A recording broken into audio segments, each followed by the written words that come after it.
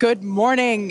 You're looking at a live view of Starship as it awaits its first ever integrated flight test from Starbase, Texas, in just a little over from 40 minutes from now. Today, we're hoping to see our Super Heavy booster and Starship spacecraft, collectively referred to as Starship, lift off together for the first time. Thanks for tuning in. I'm Kate Tice, Quality Systems Engineering Manager here at SpaceX headquarters in Hawthorne, California. And I'm Shiva Bharadwaj, a space operations engineer here at SpaceX. Now, as many of you know, Starship is SpaceX's latest and largest vehicle developed to date. It represents a fully reusable transportation system designed to carry both crew and cargo to Earth orbit, the Moon, Mars, and beyond. If you've been following the development of Starship over the last couple of years, you know we've been doing a lot of testing leading up to this big one. Once fully developed, it will be the world's most powerful launch vehicle, with twice the thrust of Saturn V rocket and the ability to carry up to 150 metric tons to orbit. For reference, a 1-liter bottle of water is 1 kilogram, so 150 metric tons is basically 150,000 1-liter bottles of water, or, as I like to think of it, one rather lonely blue whale. Now, today's test will be the first of many as we work towards transitioning Starship from a developmental to an operational program. Our primary objective today is to gather as much data as we can around the fully integrated vehicles. That means the booster and the Starship and the ground systems. While we have flown Starship in the past, this will be the first attempt of Super Heavy and the first opportunity to validate how the two vehicles operate together. Any data that we get helps improve the future builds of Starship will be considered a success for the purposes of today's test. Every milestone beyond that is icing on the cake. The further we fly, the more data we can collect. If all goes well, today's flight test could last as long as 90 minutes from liftoff to an expected hard ocean landing for Starship. Whether we end the test with a hard landing or a rapid unscheduled disassembly, or some combination of both, excitement is pretty much guaranteed. Now, if it does all go well, Super Heavy will fire up its 33 Raptor engines, and it'll lift off from the launch pad down in South Texas. About 3 minutes into the flight, we're going to hope to see the Super Heavy separate from the Starship spacecraft. It'll then perform a flip maneuver. So there's that. You can see that on your screen. And then it'll boost back in order to make a hard landing in the Gulf of Mexico. And while that's happening, we hope to see Starship's 6 second stage engines ignite and watch as Starship coasts for about an hour at altitudes ranging between 150 and 250 kilometers before re-entering Earth's atmosphere and make its own hard landing in the Pacific Ocean about 250-ish kilometers offshore. Now, we are getting great camera views right now, but that's because we are on the launch pad, so we've got umbilicals and connections straight to the vehicle. But we aren't expecting to get very many good views once we get past booster separation. Yeah, we do promise, though, for any views that we do get, we will share them in real time. We are watching live with you all, so we're excited to see those views ourselves as well. Now, in a little bit, we are going to take a closer look at the vehicle and the launch pad. But first, today is a super exciting day. Everyone on the teams across Starship have been preparing, doing a number of tests and dress rehearsals for today's launch attempt. Yeah, that's exactly right. In fact, we saw a nice little recap of those tests in the intro video to today's webcast. For those of you that are following along, you know that many of those tests ended in those rapid unscheduled disassemblies, or RUDs, as we like to call them. And it's been a long road to today. Just in 2022 alone, we had 9 static fires. We've had a couple of wet dress rehearsals. And of course, the launch control team has done numerous simulations as well. So major shout out to the teams that have been preparing for today's full up integrated test. In fact, we've got a shot of Star Command at the South Texas launch control team. Look at all the people ready for today's launch attempt. Yeah, that right there is our South Texas Launch Control Center. That is basically ground zero for everything that is happening today, in addition to a couple other control rooms that we have operating as well with operators on console, including the Mission Control Center here behind us here in Hawthorne, California. But with that being said, our very own Zachary Lupin is one of our SpaceX employees at our watch event in South Padre Island. Hey, Zach, how are things going on the ground? It is a great day for a test launch today, Kate. Hello, everyone. My name is Zachary Lupin, and I'm an avionics reliability engineer here at SpaceX, and I'm at the Cameron County Amphitheater, where a growing number of SpaceX employees are gathering to watch what we hope is the first liftoff of a fully integrated Starship. Now, the Starship team has worked incredibly hard for today's launch test. Over the past weekend, teams held a launch readiness review, which included a comprehensive review of all of our vehicle systems, looking at avionics, GNC, communications, software, structures, as well as our Raptor engines and propulsion in general. Now, we are only about 5 miles away from the launch pad, so it's a pretty good view for today. And as we get into as we start to approach T-0, everyone here is clearly very excited for the events that are happening today. So as we get closer to T-0, I'm going to throw it back to Hawthorne to talk more about our rocket. Awesome. Thanks so much, Zach. And we've actually got a little bit of a crowd forming behind us, too. Now, we've got a shot of Starship on the screen. The entire Starship structure you see is made of stainless steel. And when that's fully stacked, it stands about 120 meters tall and about 9 meters around. To help you give a sense of just how big that is, we've captured a video of some of our teams doing final integration prep work in advance of today's test flight. Just like Falcon 9, Starship has 2 stages, which we will talk a little bit more about in a minute. But in addition to those 2 stages, Starship actually has a 3rd stage called Stage 0. It consists of all the launch pad infrastructure built around the rocket. You can see a great view of it there on your screen. It's truly an engineering feat in its own right. And I feel like it's something we don't talk about very often. There's a lot of infrastructure that goes into fueling and preparing the launch vehicle before a large test like this, really any launch. Now, let's talk about Super Heavy. The name says it all. It's super, it's heavy, it's super heavy. It goes by some other names, the first stage or the booster, but whatever you call it, the Super Heavy will be the vehicle responsible for powering Starship against that mighty gravitational pull we've got here on Earth. And when it's fully operational, it's going to get Starship to orbit. The booster alone stands about 70 meters tall and is about the same height as a fully integrated Falcon 9, but with a diameter roughly 2.5 times that of Falcon 9 and with 33 much larger engines.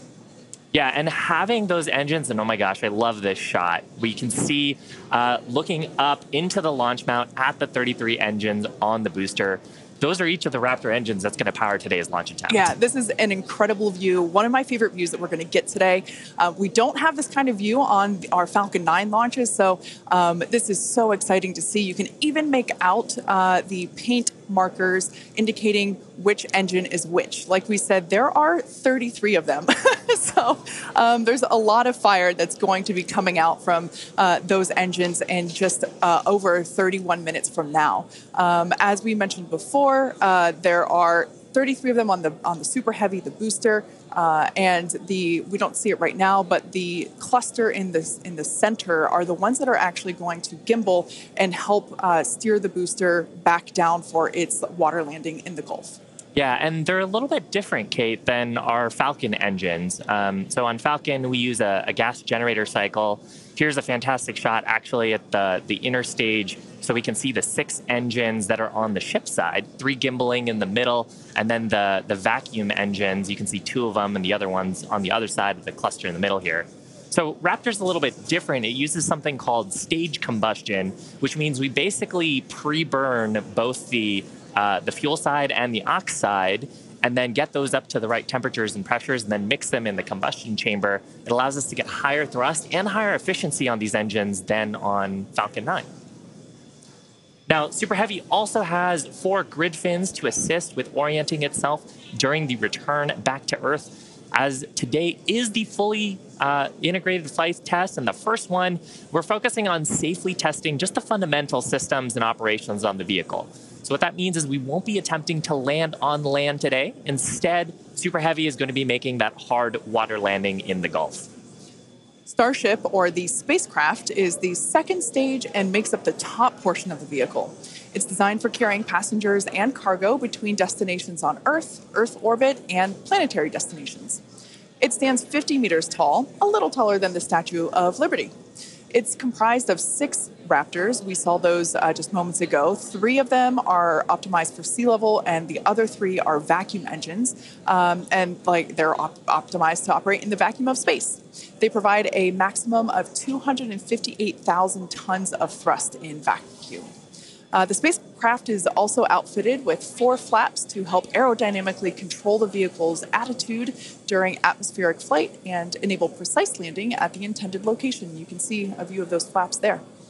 Now you can see the entire stack is vertical, and that's because Starship is designed for vertical takeoff and landing, as opposed to taking off and landing like an airplane. And that's really important because we don't have runways on the Moon and Mars. Fortunately, gravity at both of those destinations is not nearly as high as it is here on Earth. On Mars, it's about a third of what Earth's gravity is. And on the Moon, the gravity is just a sixth of what it is here. So Starship can take off in both of those cases without needing the Super Heavy booster like we need here on Earth. Now, for today's test, Starship does not have its landing legs attached. And that's because we aren't going to be attempting to return to the launch site or land on land. It's going to be doing another hard water landing at the end of today's test. We can't wait. Starship is wrapped in a heat shield, which is composed of 18,000 hexagonal ceramic tiles designed to insulate the vehicle during atmospheric entry, where temperatures can be as high as 2,600 degrees Fahrenheit. The hex-shaped tiles, like these ones that we have here, roughly make up about 2/3 of the vehicle.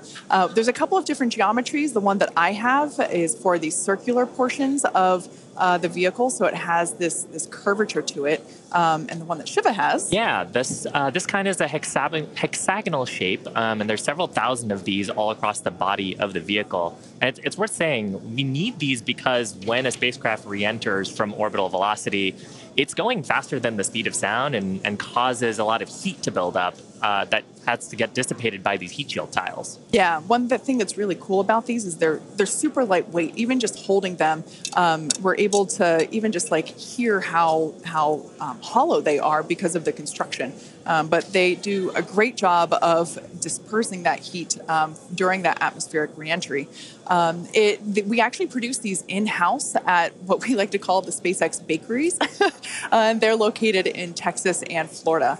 So it's something that we designed and build in-house. And like we said, there's thousands of them. You can kind of see them on the exterior of the vehicle. So at this point in time, we are at T-minus 27 minutes and 18 seconds. So let's head on over to John Innsbrucker for an update on the countdown. Hey, John. Thanks, Kate, and good morning. I'm John Innsbrucker, Principal Integration Engineer here at SpaceX. We're currently loading propellant from the ground system into both the first and second stages. Now, both vehicles use the same 2 propellants. Our fuel is liquid methane at a temperature of just over 100 kelvins, or about minus 272 degrees Fahrenheit. Now, this is a different fuel from Falcon 9, where we use RP1 kerosene.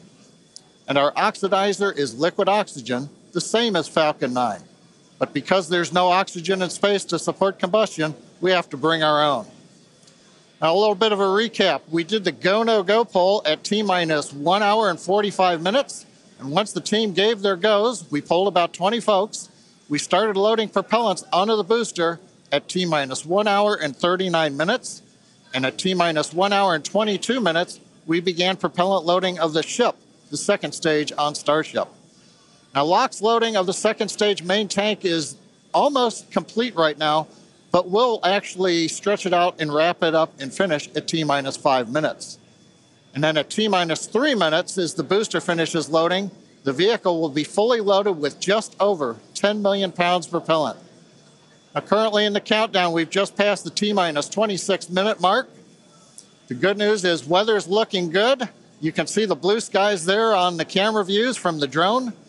The only thing we're watching is winds. They are within limits at ground level. We expect they may pick up a little bit as we get farther into the window should we need to go that far. But the good news right now is that the weather is looking good. The range also is looking pretty good. We've moved almost all the boats out of the keep out zone overnight. We are working one, but we're still underway. And right now, as a reminder, if for any reason we do not make our test flight today, we have backup launch windows. This could be either 24 or 48 hours after today, and it'll depend on how far we get into the countdown. But coming up on 25 minutes to go, everything is looking good, Kate. In order to make life multiplanetary, we need a fully reusable vehicle that's capable of carrying a huge amount of cargo and a lot of people to orbit and have a pretty quick turnaround. The idea is to effectively reuse launch vehicles just like airplanes. Crowd is getting excited here in Hawthorne behind Mission Control, as you can hear. Now, imagine if you had to wait for a new airplane to be constructed every time you wanted to fly. You'd rarely go anywhere, and it would probably be completely unaffordable for most of us. In order for us to get to Mars and back with lots of people multiple times, reusability is a must. Now, in the near term and a bit closer to home here on Earth, Starship will be critical to other programs as well. Once it's operational, Starship will deliver the full-size and upgraded version of our Starlink satellites. And that's super exciting because our next generation satellites represent a step forward in Starlink's capabilities and will provide more bandwidth and increased reliability to connect millions of people around the world with high-speed internet. And of course, Starship will fly a number of human spaceflight missions in the lead up to our first missions to Mars. Entrepreneur and pilot Jared Isaacman will command the first human spaceflight on Starship as part of the Polaris program. Jared served as a commander for Inspiration 4, the first all-civilian mission to orbit. Inspiration 4 launched aboard our Dragon spacecraft and Falcon 9 in September 2021, raising over $240 million for St. Jude Children's Research Hospital. The first human spaceflight on Starship will launch as part of the Polaris program, and you can learn more about that series of missions at polarisprogram.com. Now, our first lunar mission around the moon aboard Starship will be led by Japanese entrepreneur Yusaku Maezawa, also known as MZ. MZ flew to space for the first time in December 2021, and he purchased all of the seats aboard Starship's first lunar mission in order to give artists and creators from all over the world the opportunity to go. And the hope is that what they will create in space will further inspire all of us here back on planet Earth. Now, over 1 million people applied for this mission, and earlier this year, they announced the final 8 crew members were selected, and you can learn more about them and MZ's mission at dearmoon.earth. Dennis and Akiko Tito are the first 2 crew members announced to fly on Starship's second commercial spaceflight around the moon. This will be Dennis's second mission to space after becoming the first commercial astronaut to visit the International Space Station in 2001, and Akiko will be among the first women to fly around the moon on a Starship. The Titos joined the mission to contribute to SpaceX's long-term goal to advance human spaceflight and help make life multiplanetary. SpaceX is also incredibly honored to be part of NASA's Artemis program to establish a sustainable presence on the moon to prepare for missions to Mars. Starship's early test launches, followed by those regular Starlink deployment missions and propellant transfer demonstrations, are directly advancing NASA's Artemis program, along with SpaceX's ongoing mission to make life multiplanetary. SpaceX will conduct an uncrewed demonstration mission to the moon prior to the Artemis 3 mission, which will mark humanity's first return to the lunar surface in more than 50 years. It's an exciting future, but let's talk a little about how we got to today. Now, Starship testing ramped up in July of 2019 with the Star Hopper prototype. It's sort of a short version of the Starship that we see today. There's a picture of it on your screen, the lovable water tower. Now, standing at just over 18 meters tall, the Star Hopper had a single engine and was test flown to perform landing and low-level altitude maneuvers. Starship's initial flight test was a hop that reached about 20 meters in altitude, This was followed by a second hop, the one that we've got on our screen, that rose to 150 meters in altitude. We took a little jaunt away from the launch pad and ended up landing about 100 meters or so further away from it, and you can see that on your screen. Now, notably, this was the first time that we had used a Raptor engine in flight and demonstrated control of this kind. As a Star Wars fan, I can't not see a flying R2-D2 there. Now, after a series of 150-meter hop tests with earlier prototypes, the Starship program saw a huge breakthrough during a test flight of the vehicle known as serial number 8, or SN8. SN8 demonstrated a first-of-its-kind controlled aerodynamic descent and landing flip maneuver. Yes, I'm talking about the belly flop. This 12.5-kilometer hop test took place December 2020 and saw the SN8 prototype ascend to an altitude of 12.5 kilometers and conduct a belly flop maneuver.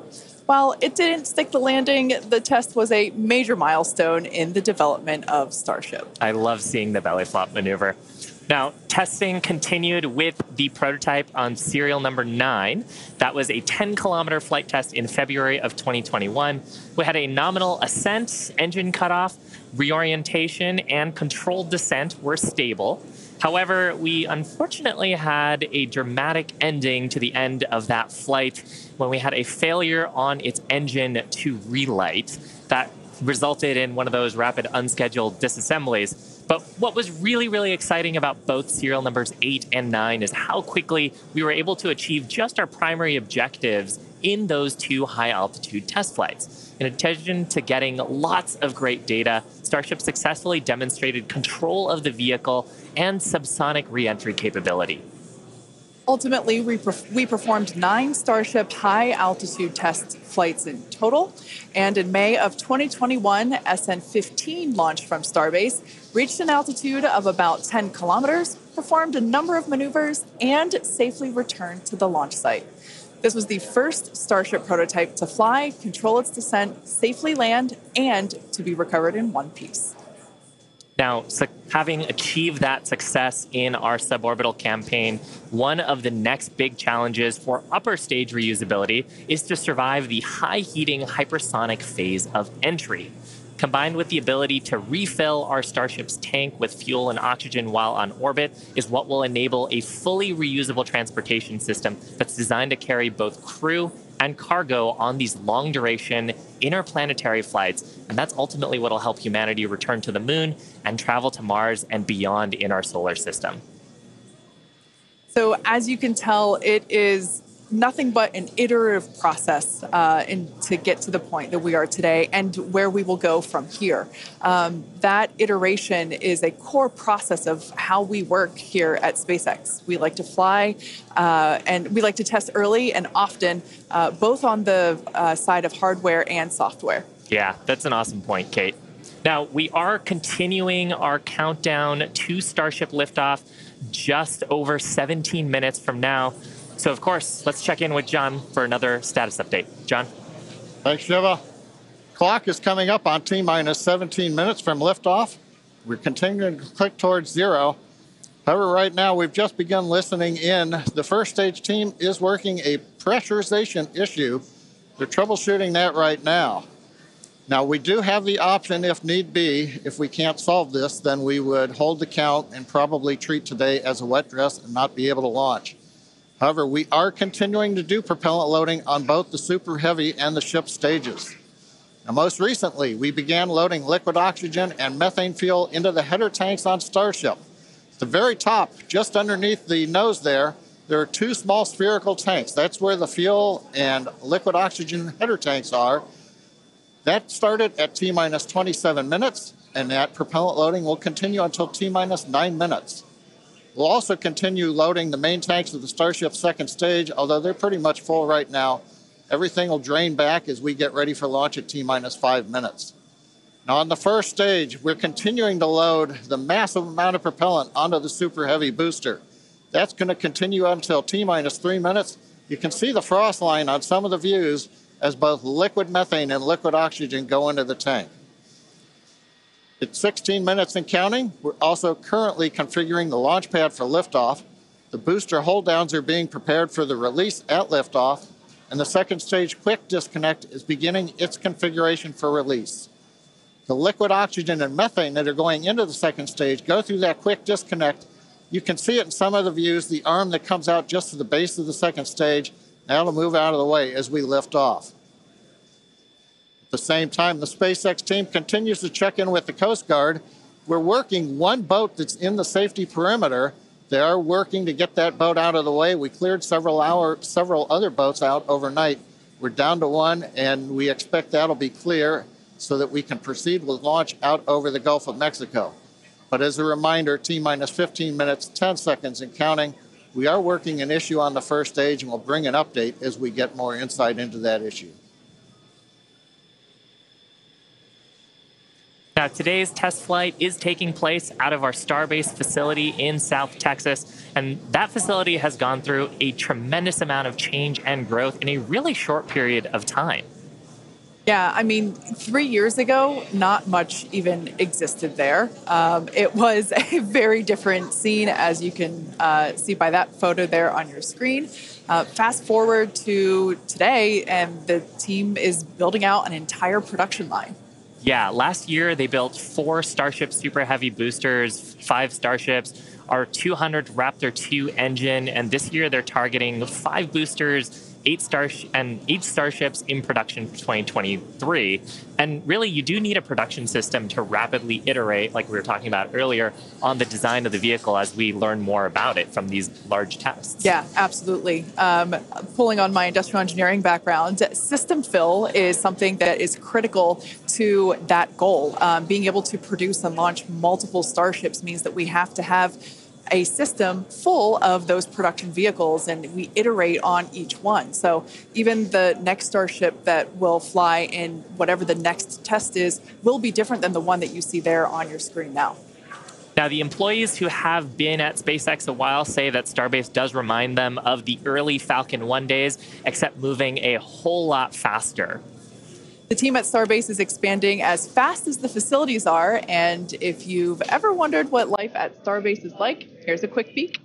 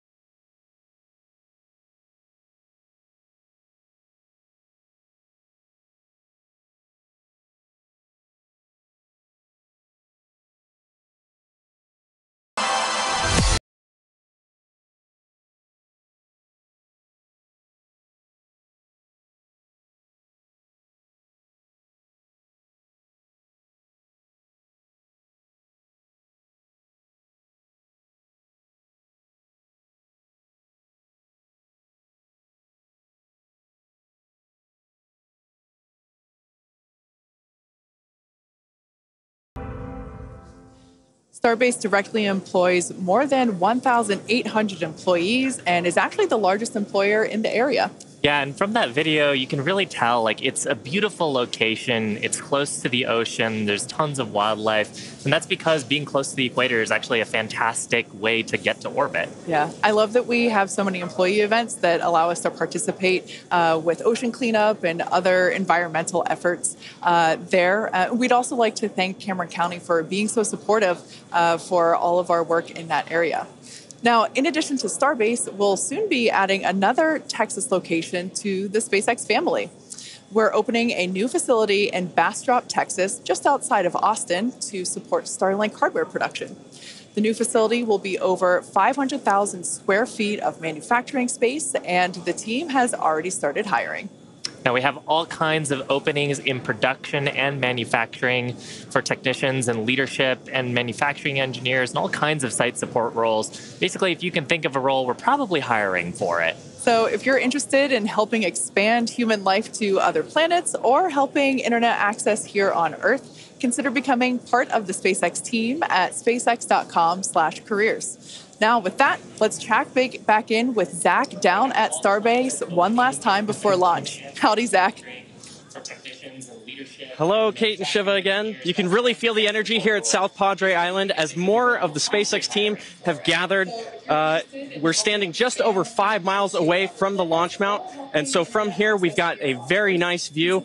I would basically say these are some of the best front row seats you could get, and might I add, beachside as well. Now, the Starship team has worked incredibly hard to get ready for this test, and we're all clearly excited for T0. And as we get into the final moments, one issue that could hold the countdown or cancel the test altogether is if a boat enters the safety perimeter.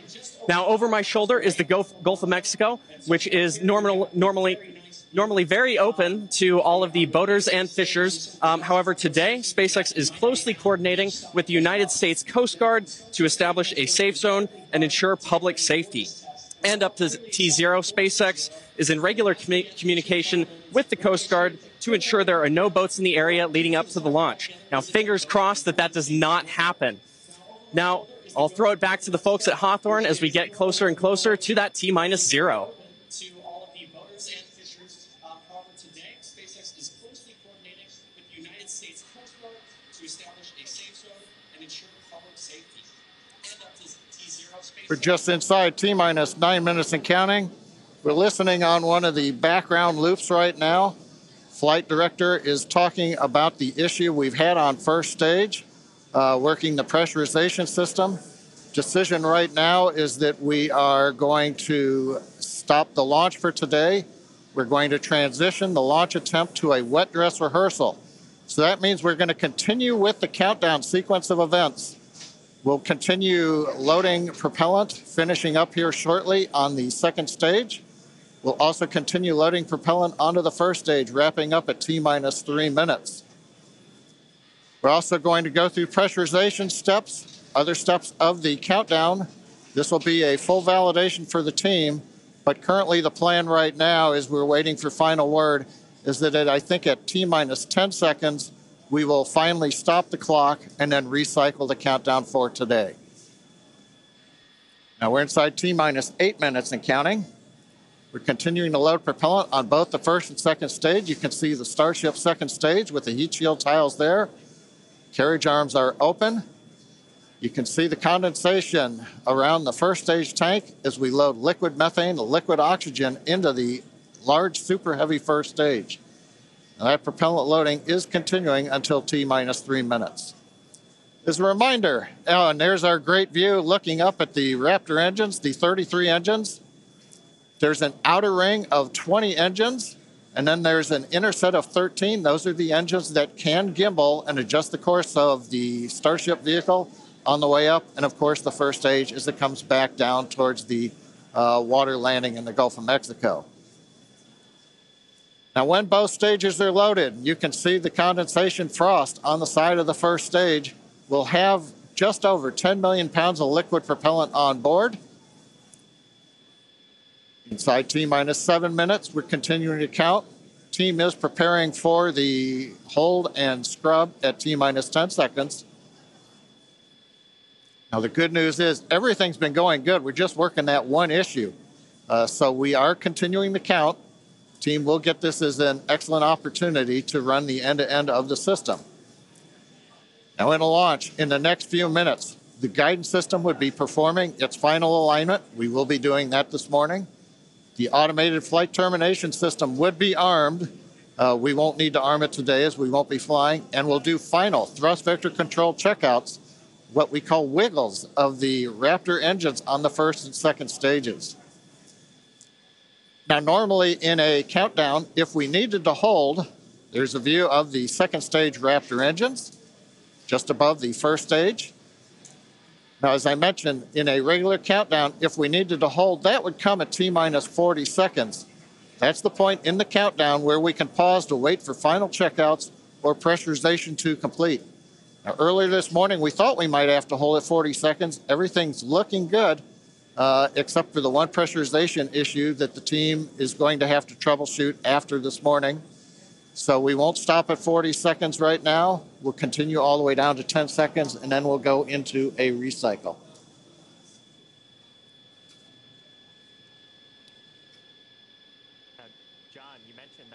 Jumping into a wet dress rehearsal here, and I actually now think we're coming up T-minus 5 minutes. Overall, though, Kate Shiva, it's been a good day. It's a little sad listening to the flight director say that we're going to have to stop at 10 seconds, but I guess that's for everybody. It gives us a real run-through of the launch vehicle. Yeah, it's unfortunate. Of course, we wanted to see fire today and lift off. But that's okay. The point of the countdown is to allow the teams to progress to that T0 time in a coordinated fashion and really to unveil any issues prior to the ignition sequence. So the countdown did its job today. It allowed us to identify that press issue, and like John mentioned, the teams are going to work through it, and we are going to basically call it off at T-minus 10 seconds. But the integrated launch teams and us, we are going to treat this as if it were still a launch day. We're going to do this, what we now call a wet dress rehearsal. Yeah, and we've mentioned the term a couple of times here. We call it a wet dress rehearsal because we are wetting the propellant tanks. We are loading propellant into the vehicle. We've talked about the frost line a little bit here. That exercises the stage 0 system, the ground system, all of our infrastructure that loads propellants onto the pad. That exercises our procedures for the mission control teams. We're monitoring telemetry on the mission control consoles, looking at the pressures and the rates and the temperatures. And some of those things look a little bit different when you're getting up to the pre-flight pressurization levels and full propellant load. So we're learning things today about the integrated tests that are going to set us up for success in a future attempt later on, hopefully in the next 48 hours or so. And Kate, like it's also worth mentioning here, we're still going to take the count through to a pretty around the T-minus 10 second mark. So we're really going to exercise everything that we would up until that point in the vehicle states and ground procedures. Yeah, it's like we said before, any data that we can collect today is super helpful. And that's exactly what we're doing. We are continuing to collect this data and allow the teams to have be better informed for the next attempt. Unfortunately, due to the needing to recycle the propellant, we are looking at a minimum of 48 hours until we are able to attempt this flight test again. So we're not quite sure what that timing will be at the moment, but we're looking at a minimum of 48 minutes, or excuse me, of 48 hours at this point in time. But Shiva, exactly as you said, things look a little bit different on launch day, and we allowed the countdown to do its job, to basically get to this point, to allow the teams to work through the issues. And we're going to continue, like we said before, we're going to continue all this down all the way to T-minus 10 seconds. And that will really allow the teams to pretend like this is launch day and continue and gather that data. Yeah, Kate, it's on the one hand, it's a little bittersweet. On the other hand, we watched them go all the way through. First stage propellant load, just now wrapping up. The second stage, even the header tanks up under the nose of the Starship that you can see on the monitors.